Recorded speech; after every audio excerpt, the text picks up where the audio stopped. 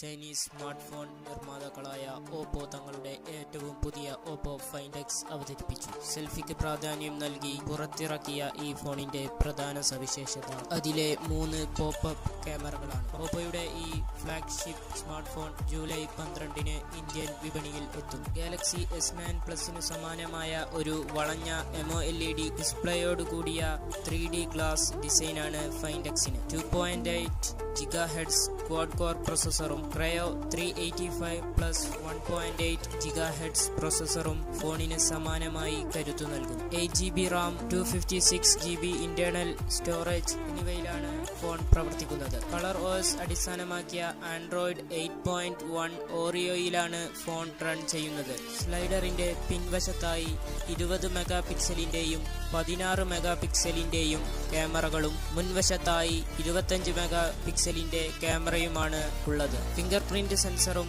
Light സെൻസറും മറ്റും ഫോണിന്റെ പ്രൈവസിക്ക് കരുത്തേക്കും. Fast charging പിന്തുണയുള്ള 3730 mAh ബാറ്ററിയാണ് ഫൈൻഡ് എക്സിൽ ഉപയോഗിച്ചിരിക്കുന്നത്. ഏകദേശം 79,000 രൂപയാണ് ഈ ഫോണിന്റെ വില. ഇതുവരെ ഇറങ്ങിയതിൽ ഓപ്പോയുടെ ഏറ്റവും വില കൂടിയ ഫോൺ ഫൈൻഡ് എക്സ് ആണ്. കൂടാതെ മിഡ് റേഞ്ച് വിലയിലും ഓപ്പോക്ക് ശക്തമായ സാന്നിധ്യം ഉണ്ടായിരിക്കുന്നു. അപ്പോൾ ഈ വീഡിയോ ഇഷ്ടപ്പെട്ടാൽ ലൈക്ക് ചെയ്യുക, ഈ വീഡിയോ മാക്സിമം ഷെയർ ചെയ്യുക, ചാനൽ സബ്സ്ക്രൈബ് ചെയ്യുക.